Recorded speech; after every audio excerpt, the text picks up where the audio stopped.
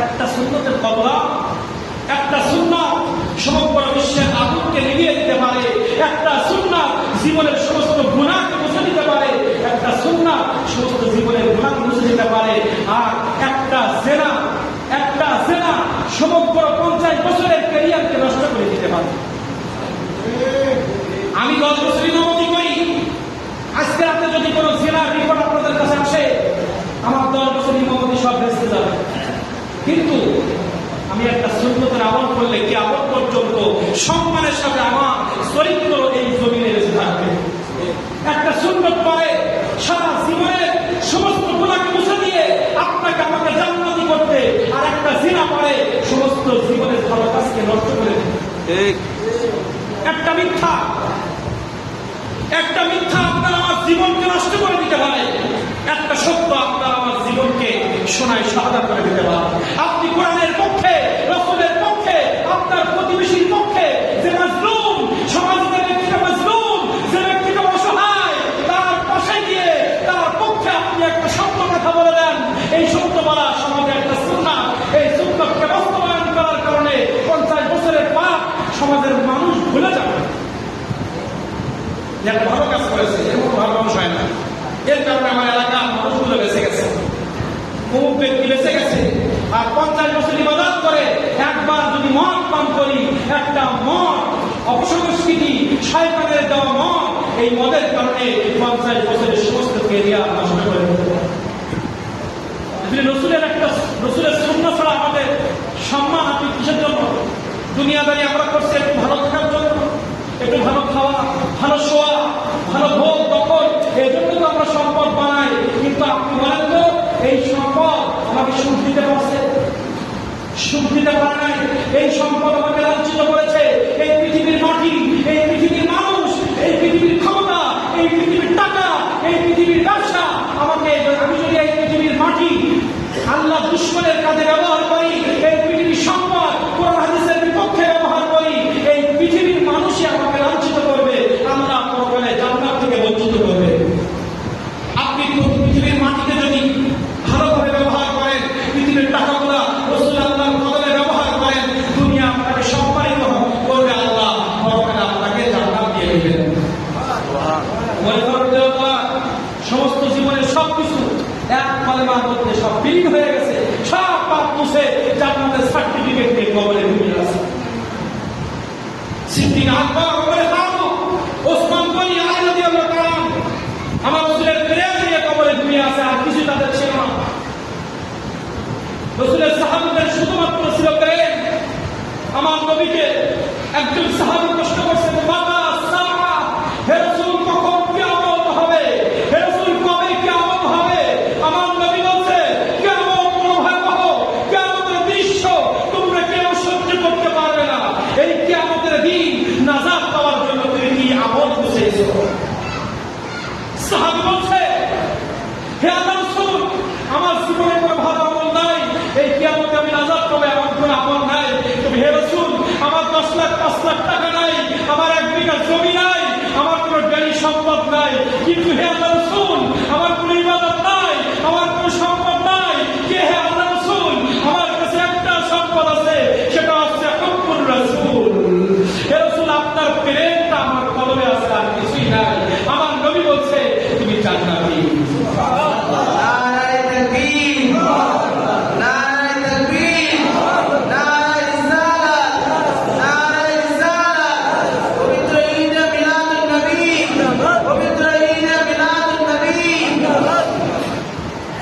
আলোচনা ভালো লাগছে, শুনবেন না, এইভাবে চলবে, সময় চলে, ভালো লাগছে না? আমার রাসূলের দুরূদ, আল্লাহর নাম এত অদ্ভুত, কণ্ঠ লাগে না, শুনলেই ভালো লাগে। যে যেভাবে করুক, এই কোরআন নূর, আমার রাসূলের কথা নূর, আমার রাসূলের কথা আলো, এই আলো মানুষের হৃদয় দখল করে, কণ্ঠ হৃদয় দখল করতে পারে না। কণ্ঠ দখল করে ক্ষণিকের সময়। এখানে যদি আমি গজল করে সুর দিয়ে কিসসা কাহিনী বলে আপনাদের চোখের পানি ফেলি, এই নূরটা থাকবে মসজিদে বের হওয়ার আগ পর্যন্ত। মসজিদে বের হবে না, থাকবে না। কিন্তু আমরা যে কথা বলছি এই কথা যদি মানতে পারেন, এই নূরটা আপনার মৃত্যুর আগ পর্যন্ত আপনার সাথে মসজিদ থেকে বাড়ি পর্যন্ত যাও। আল্লাহর কোরআন, রাসূলের হাদিসের নূর এমন, যেটা একবার হৃদয়ে লালন করলে কিয়ামত পর্যন্ত আপনার উপকার করবে। আর আপনি কোরআনের নূর বাদ দিয়ে সন্তানের মাতাল হয়ে যদি যান, ওটা মজলিসে আপনাকে আনন্দ দিবে, চোখের পানি ফেলবেন, বাড়িতে গিয়ে ভুলে যাবেন। এজন্য মূলত আমি কোথাও গেলে চেষ্টা করি কিছু নসিহতমূলক কথা, কারণ এর মাধ্যমে আমার পরিবর্তন, আমার চেষ্টা করি কথা বললে আমার মনে হবে এতগুলো মানুষের সামনে এত নসিহত হলো, আমার জীবনটা আগে পরিবর্তন করা দরকার। মান আহাব্বা সুন্নতি ফাকাদ আহাব্বানি কামা মাই ফিল জান্নাহ। আমার রাসূল ঘোষণা দিয়েছেন, একটা সুন্নাত যদি তুমি চিন্তা করতে পারো সমাজে, তাহলে তুমি আমার সাথে জান্নাতে থাকবে। আমি এই হাদিস প্রথমে পড়েছিলাম, এজন্য অনুবাদ করে দিলাম। আরেকটা হাদিসের অনুবাদ হয়ে গেছে, লা ইউমিনু, পৃথিবীর সবার থেকে আমার নবীকে মহব্বত না করলে তুমি মুমিন নও। এটাও হয়ে গেল। হুব্বুর রাসূল মিনাল ঈমান, রাসূলের ভালোবাসা ঈমানের মূল, এটা আলোচনার মধ্যে বেরিয়ে এসেছে। এবং লাকাদ মান্নাল্লাহু আলাল মুমিনিন, আল্লাহ মুমিনের উপরে বড় দয়া করেছেন রাসূলকে দিয়ে, এটাও ব্যাখ্যা হয়ে গেছে। পৃথিবীর কোন সম্পদকে আল্লাহ অনুগ্রহ করেছে বলে নাই, কারণ প্রত্যেক সম্পদের ভিতরে অপসংস্কৃতি রয়েছে, শয়তান বসবাস করছে, কিন্তু আমার নবীর কাছে শয়তান আসতে পারে না। পৃথিবীর টাকার ভিতরে শয়তান এসে ধোঁকা দিতে পারে, আমার স্ত্রীর কাছে শয়তান এসে স্বামীর সাথে গ্যাঞ্জাম বাঁধাই দিতে পারে, আমার সন্তানের কাছে শয়তান তো আসে না, পাশের বাড়ির ব্যক্তির কান পড়ায় আমার সন্তান আমার সাথে খারাপ ব্যবহার করে, শয়তান বড় করে ভর করে। এজন্য আল্লাহ বলেছেন, আমি মানুষ দিয়ে তোমাদের উপকার করি নাই, ক্ষমতা দিয়ে উপকার করি নাই, ব্যবসা দিয়ে উপকার করি নাই, টাকা দিয়ে উপকার করি নাই, আমি নবীকে দিয়ে উপকার করেছি। কারণ টাকার মধ্যে ইবলিস হস্তক্ষেপ করতে পারে, স্ত্রীর কাছে ইবলিস হস্তক্ষেপ করে সংসার তালাক পর্যন্ত নিয়ে যেতে পারে, সন্তানের কাছে শয়তান প্রবেশ করে পিতা থেকে সন্তানকে সংসার আলাদা করে দিতে পারে, ভাইয়ের কাছে শয়তান ভয় করে ভাইয়ের সাথে ভাইকে ডিভাইডেড করে দিতে পারে, প্রতিবেশীর কাছে শয়তান ভয় করে প্রতিবেশীর সাথে প্রতিবেশীর সম্পর্ক দূরে সরে দিতে পারে, নেতার ভিতরে শয়তান ভয় করে কর্মীর থেকে নেতাকে আলাদা করতে পারে, কর্মীর কাছে শয়তান ভয় করে কর্মী নেতা থেকে আলাদা করতে পারে, মুসল্লিদের কাছে শয়তান ভয় করে ইমাম থেকে মুসল্লিকে ডিভাইডেড করে দিতে পারে, মুয়াজ্জিনের কাছে শয়তান ভয় করে ইমামের সাথে মুয়াজ্জিনের দ্বন্দ্ব লাগাতে পারে। আমি যে পয়েন্টগুলো বলছি প্রত্যেক জায়গায় দেখবেন শয়তান আছে। অনেক মসজিদে ইমাম মুয়াজ্জিন সম্পর্ক নেই আছে, ভাইয়ের ভাই গল্প আছে না সমাজে, স্ত্রীর সাথে স্বামী মৌলবাদী ভাই আছে না, ভাইয়ের সাথে ভাইয়ের সম্পর্ক আছে না।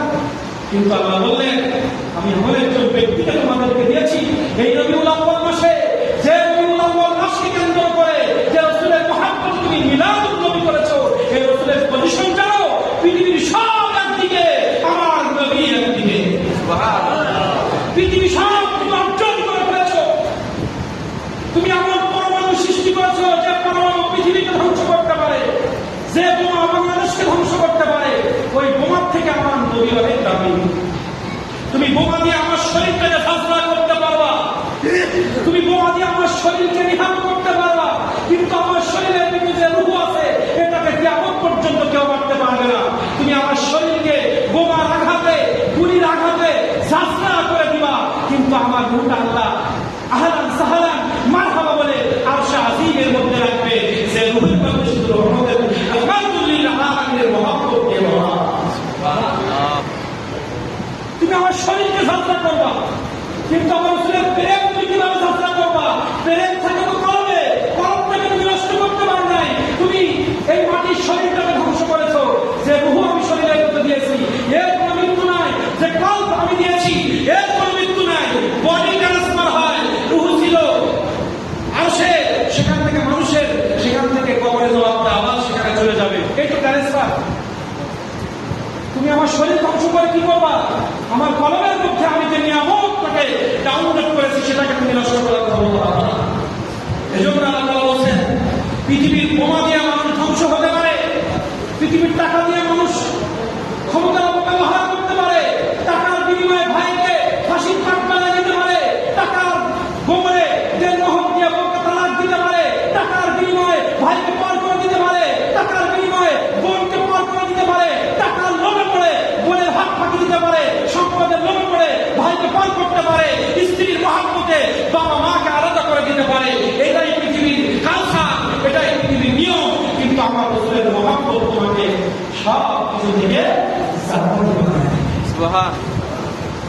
সব জায়গায় গন্ডগোল, কিন্তু আমার রসুলের চরিত্রে কোনো গন্ডগোল নাই। কারণ রসুলের হাতে বয়াত মানে আমার নবীজি জীবনে মিথ্যা বলে না, আপনি মিথ্যা করতে পারবেন।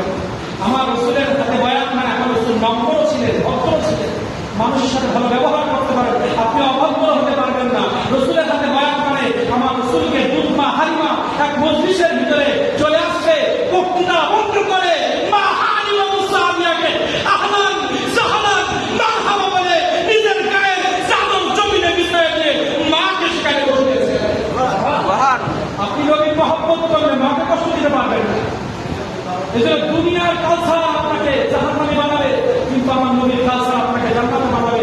নবীর 63 বছর জীবনে একটা সেকেন্ড নাই যেখানে আল্লাহ বিদ্বেষী কাজ করেছে, একটা সেকেন্ড নাই যেখানে নবী মিথ্যা বলেছে, একটা সেকেন্ড নাই যে সেকেন্ডের মধ্যে আমার নবীর চরিত্র নিয়ে কোনো বাস্তবতা আছে। আছে এজন্য